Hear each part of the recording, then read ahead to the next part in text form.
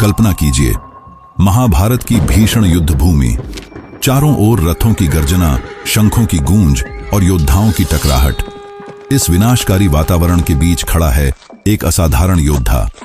उसके पास हैं केवल 3 बाण, पर उसकी प्रतिज्ञा और उन 3 बाणों की शक्ति इतनी प्रचंड है कि उनसे पूरी सेनाएं मिट सकती हैं।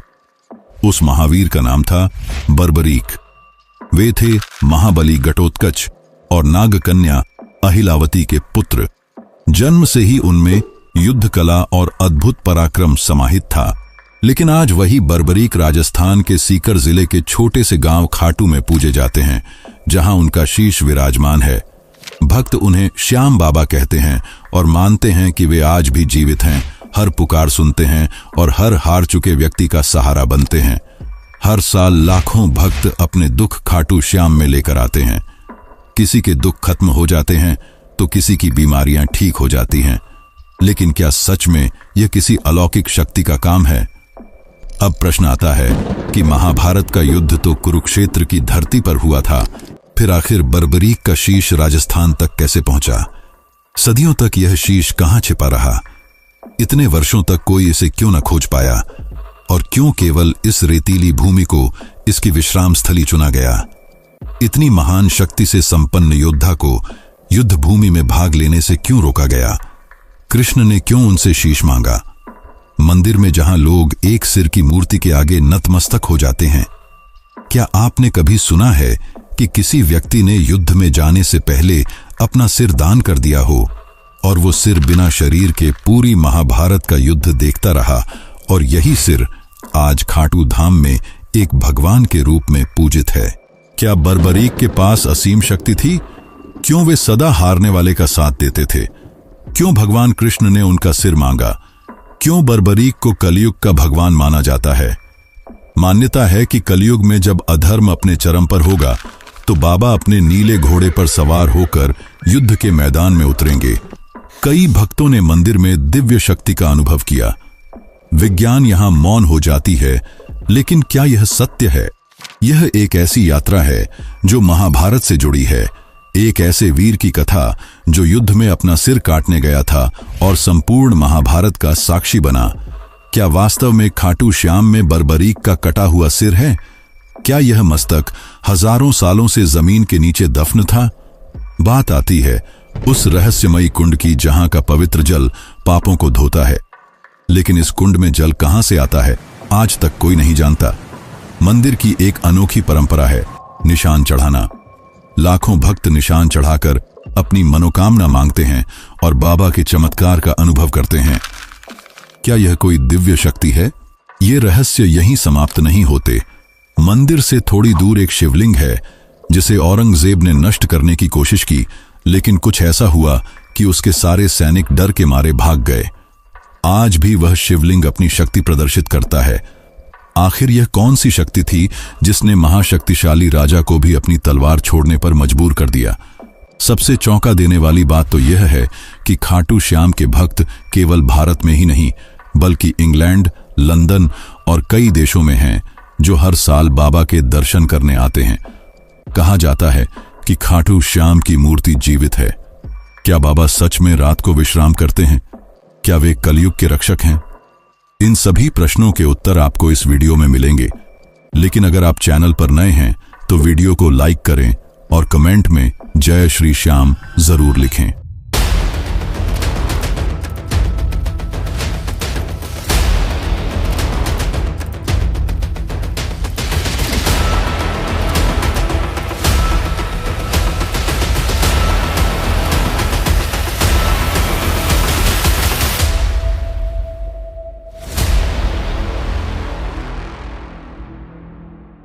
सबसे पहले हमें यह जानना होगा कि बर्बरीक का जन्म कैसे हुआ।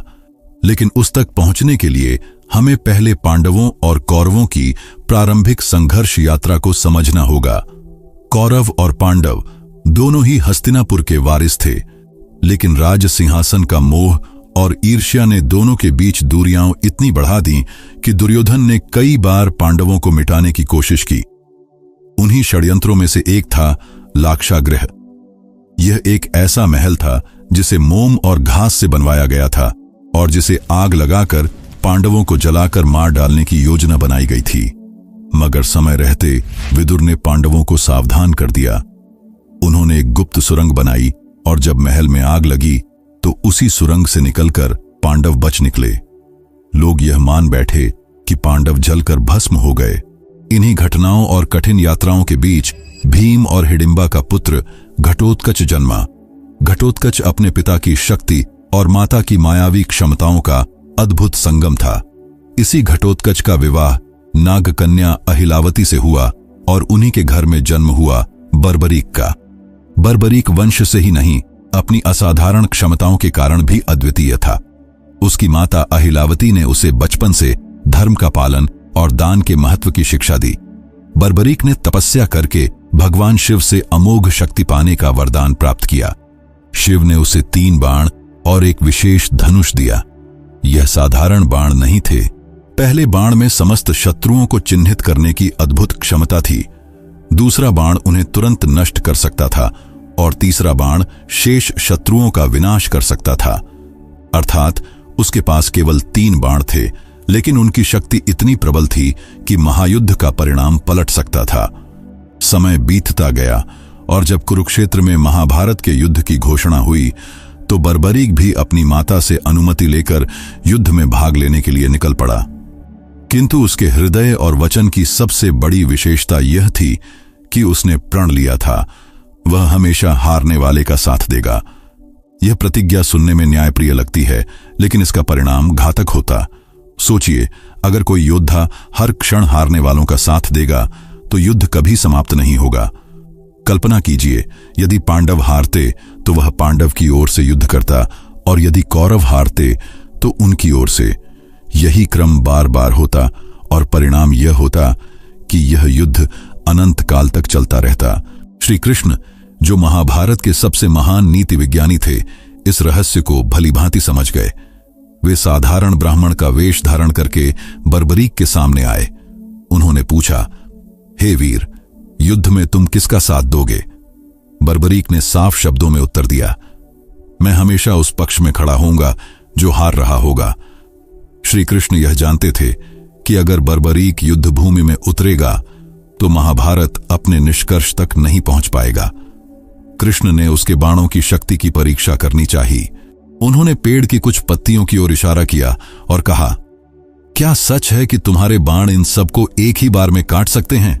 बर्बरीक ने पहला बाण छोड़ा। उसने सभी पत्तियों को चिह्नित कर दिया। फिर दूसरा बाण चलाया और सभी पत्तियां कटकर गिर गईं। आश्चर्य तो तब हुआ जब एक पत्ती जो कृष्ण के पैर तले दबकर छिप गई थी, उस पर भी बाण जाकर वार करने लगा। यह देखकर कृष्ण समझ गए कि इस वीर की शक्ति असीम है और अगर यह युद्ध में उतरा तो किसी भी पक्ष की हार संभव ही नहीं होगी। श्री कृष्ण को धर्म स्थापना हेतु यह लीला रचनी पड़ी। उन्होंने बर्बरीक से दान मांगा। बर्बरीक निश्चल भाव से तैयार हो गया। कृष्ण ने कहा, मैं तुमसे तुम्हारा शीश मांगता हूं। यह सुनकर किसी भी योद्धा का मन कांप उठता, लेकिन बर्बरीक की माता ने पहले ही उसे सिखाया था कि महान दानवीर बनना ही उसका धर्म है। उन्होंने बिना झिझक अपना शीश दान करने का निर्णय ले लिया। तुरंत ही उन्होंने अपना सिर काटकर भगवान को अर्पित कर दिया। किंतु उनकी कथा यहीं समाप्त नहीं हुई। कहा जाता है कि उनका शीश युद्ध भूमि के किनारे ऊंचे टीले पर रख दिया गया। वही शीश महाभारत का संपूर्ण युद्ध अपनी आंखों से देखता रहा। जब महायुद्ध समाप्त हुआ और पांडव विजय प्राप्त कर चुके थे तो पांडवों में विवाद उत्पन्न हो गया। वे आपस में कहने लगे कि इस युद्ध का श्रेय किसे दिया जाए। कोई अर्जुन की वीरता का गुणगान करता तो कोई भीम की शक्ति को सबसे बड़ा मानता। तब श्री कृष्ण ने बर्बरीक से सुझाव लेने को कहा, क्योंकि पूरे महाभारत का साक्षी बर्बरीक ही था। बर्बरीक ने कहा, अगर पांडव विजय हो पाए तो केवल श्री कृष्ण की लीला और रणनीति की वजह से। पांडवों की वीरता का महत्व है, लेकिन युद्ध को अपने अंत तक लाने वाले श्री कृष्ण हैं। कृष्ण ने यह सुनकर बर्बरीक को आशीर्वाद दिया, कलयुग में तुम्हें श्याम नाम से पूजा जाएगा। तुम हारे का सहारा कहलाओगे। जिस किसी की जीवन की राह बंद हो जाएगी वह तुम्हारे दर्शन से नया सहारा पाएगा। तुम्हारा शीश विभिन्न युगों तक जीवित रहेगा और आस्था का केंद्र बनेगा। यही आशीर्वाद आज तक पूरा हो रहा है। राजस्थान के खाटू ग्राम में वही शीश प्रकट हुआ और खाटू श्याम बाबा के रूप में पूजित हुआ। आज लाखों लोग हर वर्ष वहां पहुंचते हैं और मानते हैं कि उनकी हर पुकार श्याम बाबा तक पहुंचती है। लेकिन प्रश्न अब भी बाकी है, कुरुक्षेत्र का वह शीश राजस्थान तक कैसे पहुंचा, सदियों तक कैसे छिपा रहा? चलिए जानते हैं कि खाटू श्याम मंदिर की स्थापना कैसे हुई। महाभारत का युद्ध बहुत पहले समाप्त हो चुका था। पांडव विजयी रहे और बर्बरीक का शीश उस युद्ध का साक्षी बना। कहा जाता है कि स्वयं श्री कृष्ण ने शीश को सुरक्षित स्थान में रखा था। इतिहासकारों और भक्तों का कहना है कि यह शीश राजस्थान की पवित्र भूमि में खाटू नामक ग्राम के एक गहरे कुएं में रखा गया था। सदियों तक यह शीश मौन होकर उस कुएं में छुपा रहा, क्योंकि किसी को उसकी खबर नहीं थी। पीढ़ियां बीतती गईं, राज्य बदले, राजवंश आए, लेकिन कुएं में बर्बरीक का शीश छुपा रहा। 11वीं शताब्दी का समय था। खाटू ग्राम चौहान वंश के अधीन था। इस क्षेत्र पर महाराजा रूप सिंह चौहान का शासन था। धर्मनिष्ठ, न्यायप्रिय और अपने लोगों का ख्याल रखने वाले राजा। यह वही काल था जब खाटू गांव राजस्थान की साधारण बस्तियों की तरह था। कोई अद्भुत मंदिर नहीं, कोई विशाल तीर्थ नहीं, बस रेतीली धरती पर बसा एक सामान्य ग्राम। एक दिन गांव की एक गाय उस स्थान पर पहुंची जहां आज मंदिर स्थित है। अचानक उसके थनों से बिना किसी कारण दूध बहने लगा। चरवाहों और ग्रामीणों ने यह दृश्य देखकर हैरानी जताई। गाय शांत थी, पर जिस स्थान पर वह खड़ी थी वहां मानो धरती अपनी गहराई में संकेत कर रही थी। यह घटना एक बार नहीं, कई बार होती रही। यह बात पूरे गांव में फैल गई और सभी के मन में जिज्ञासा जागी कि आखिर इस भूमि में ऐसा क्या छुपा है। राजा ने तत्काल विद्वानों और ब्राह्मणों को बुलाया। गांव के लोगों को एकत्र किया गया और उसी स्थान की खुदाई का आदेश हुआ जहां गाय ने दूध छोड़ा था। दिन प्रतिदिन मिट्टी हटाई जाती रही और खुदाई गहराई तक चली गई। सब प्रतीक्षा में थे। खुदाई गहरी होने पर अचानक कुएं के भीतर से एक मधुर सुगंध फैलने लगी, जैसे किसी अज्ञात स्रोत से फूलों की वर्षा हो रही हो। वातावरण अलौकिक हो गया और तभी सबकी आंखों ने देखा, मिट्टी की परतों से धीरे धीरे एक दिव्य शीश प्रकट हुआ। उस मूर्ति का चेहरा तेजस्वी था और मानो उसकी आंखें अब भी जीवित हों। ग्रामीण स्तब्ध खड़े थे। कहते हैं उसी क्षण 7 दिशाओं से शंखनाद की ध्वनि सुनाई दी, मानो पूरे ब्रह्मांड ने स्वागत किया हो। देवताओं ने पुष्प वृष्टि की हो। लेकिन मूर्ति को गांव के एक ब्राह्मण को दे दिया गया। उन्होंने मूर्ति को घर में स्थापित कर पूजने लगे। दिन बीतते गए, सबको यह जानना था कि इस दिव्य मूर्ति का क्या होगा। एक रात राजा को स्वप्न आया, मानो स्वयं कोई महाशक्ति उनसे कह रही हो, उस स्थान में खाटू श्याम के मंदिर की स्थापना की जाए। अगली सुबह तुरंत मंदिर निर्माण का निर्णय हुआ। शिल्पकार, कारीगर और पुरोहितों को बुलाया गया। कहते हैं कि यह सन 1837 ईस्वी का समय था। फाल्गुन शुक्ल एकादशी का पावन योग चुना गया, वही दिन जो आगे चलकर बाबा श्याम के विशाल मेले का आधार बना। वैदिक मंत्रोच्चार, अग्निहोत्र और वैदिक आहुतियों के साथ उस दिव्य शीश की प्रतिष्ठा की गई। यह गांव, जो अब तक एक सामान्य बस्ती मात्र था, देखते ही देखते आस्था का केंद्र बन गया। वही बर्बरीक जिसने महाभारत के युद्ध में अपना शीश दान दिया था, अब खाटू श्याम बाबा के रूप में स्थापित हो गए। कलयुग के देवता, हारे का सहारा। ग्रामीणों ने आनंदोत्सव मनाया। शीश को एक पवित्र स्थान पर रखा गया, उस पर श्रृंगार किया गया। शुरू में मंदिर का निर्माण अत्यंत साधारण था। ईंट, चूना और सीमित शिल्पकारी से इसे बनाया गया। कोई भव्यता नहीं थी। धीरे धीरे भक्त यहां आने लगे। कोई रोग मुक्त होने की प्रार्थना करता, कोई संतान प्राप्ति की, कोई जीवन में संकट से छुटकारे की, और लोग अनुभव करने लगे कि उनकी प्रार्थना सचमुच सुनी जाती है। खबर फैलने लगी। खाटू ग्राम का संदर्भ बदल गया। अब वह केवल गांव न रहकर एक तीर्थ बन गया था। कहते हैं कि अगर कोई मनुष्य सच्ची श्रद्धा से अपने दुख लेकर आता है तो बाबा उसका जीवन बदल देते हैं। हारे का सहारा नाम धीरे धीरे सत्य सा लगने लगा। हर आने वाला व्यक्ति यह महसूस करता कि बाबा उसकी प्यास बुझा देते हैं। आज यही कारण है कि हर साल लाखों लोग खाटू की यात्रा करते हैं। विशेष रूप से फाल्गुन मास में लगने वाले मेले का महत्व पूरे भारतवर्ष में गूंजता है। लोग पैदल यात्रा कराते हैं, ढोल नगाड़ों के बीच भजन गाते हुए। इस प्रकार खाटू श्याम मंदिर की स्थापना हुई।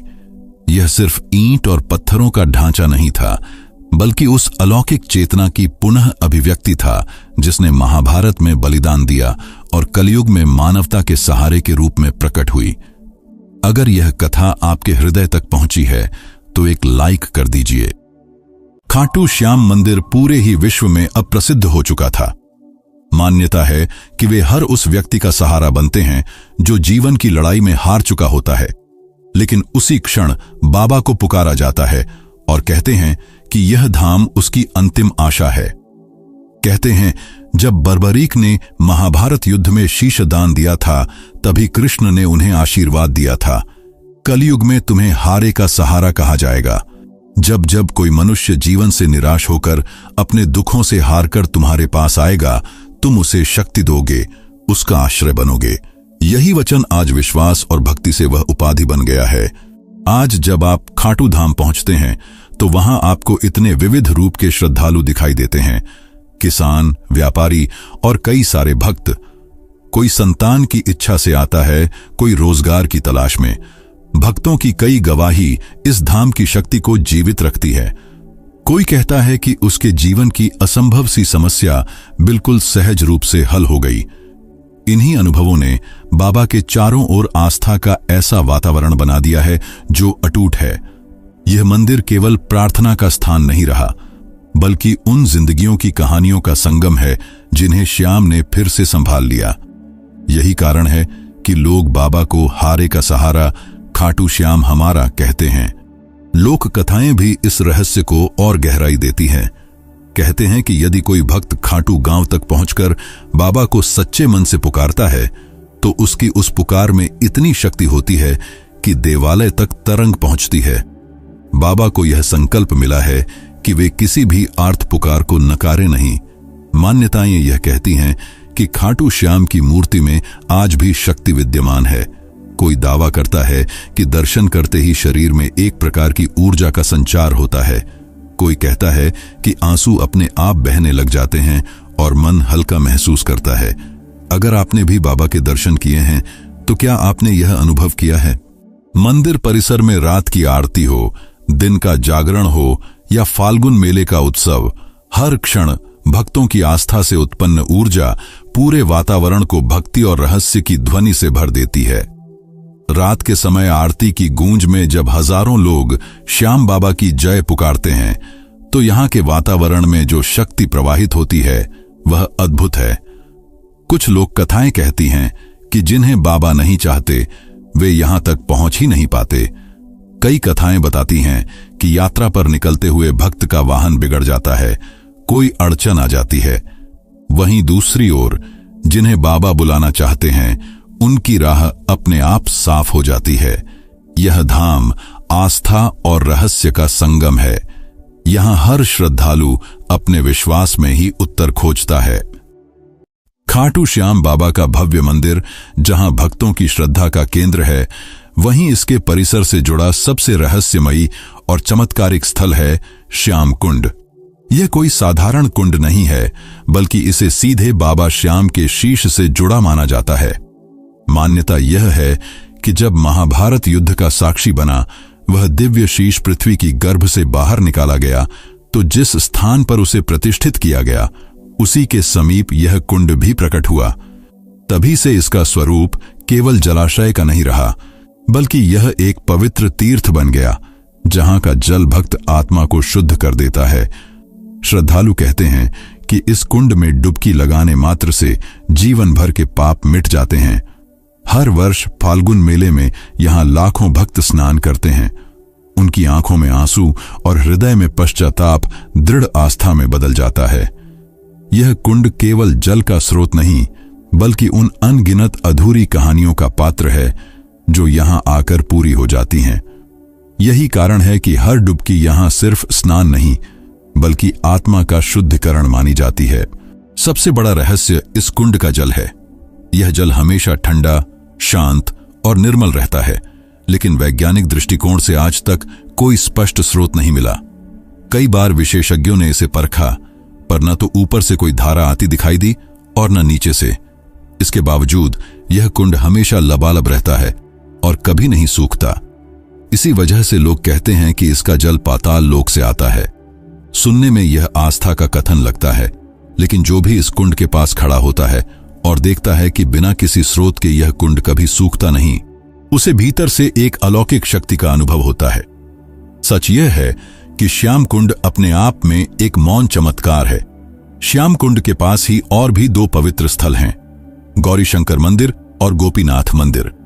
इनमें से गौरीशंकर मंदिर से जुड़ी एक कथा बहुत रहस्यमयी और रोमांचक है। यह घटना उस काल की है जब भारत पर मुगल शासक औरंगजेब का शासन था। उसकी नीति थी कि धार्मिक स्थलों को ध्वस्त किया जाए। खाटू भी उसकी सूची में शामिल हुआ। कहा जाता है कि औरंगजेब की सेना जब इस स्थल पर पहुंची तो उनकी पहली कोशिश थी मंदिर को गिराने की। सैनिकों ने गौरीशंकर मंदिर के शिवलिंग पर भालों से प्रहार करना शुरू किया। जैसे ही भाले शिवलिंग से टकराए, वहां से जल या चिंगारी नहीं, बल्कि लहूलुहान रक्त की धाराएं फूट पड़ीं। यह किसी कल्पना की बात नहीं थी। उस समय सैकड़ों लोग वहां मौजूद थे और उन्होंने स्वयं यह दृश्य देखा। लोग मानते हैं कि यह स्वयं महादेव का प्रत्यक्ष आक्रोश था। जब धर्म पर वार हुआ, तब भगवान शिव ने अपनी उपस्थिति दर्ज कराई। उस रक्त प्रवाह को देखकर सैनिक घबरा गए। वे लोग जो मंदिर को ध्वस्त करने आए थे, भयभीत होकर वहीं से पीछे हट गए और भाग निकले। और चमत्कार की बात यह है कि उस क्षण से लेकर आज तक सैकड़ों वर्ष बीत जाने के बाद भी उस शिवलिंग पर भालों के निशान स्पष्ट देखे जा सकते हैं। मानो स्वयं भगवान ने उन घावों को धारण कर लिया, ताकि हर भक्त को यह याद दिलाया जा सके कि जब धर्म पर संकट आता है तो वे स्वयं रक्षा के लिए जाग उठते हैं। खाटू श्याम से जुड़ी एक और विलक्षण परंपरा नियम के प्रसाद से भी जुड़ी है।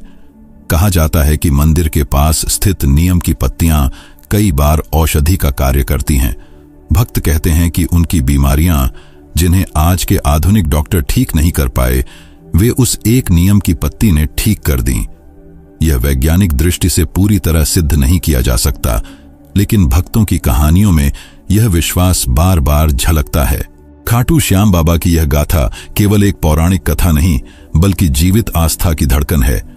महाभारत की रणभूमि से लेकर राजस्थान की इस रेतीली भूमि तक बर्बरीक का शीश समय के हर क्षण का साक्षी बनकर आज भी लोगों को सहारा दे रहा है।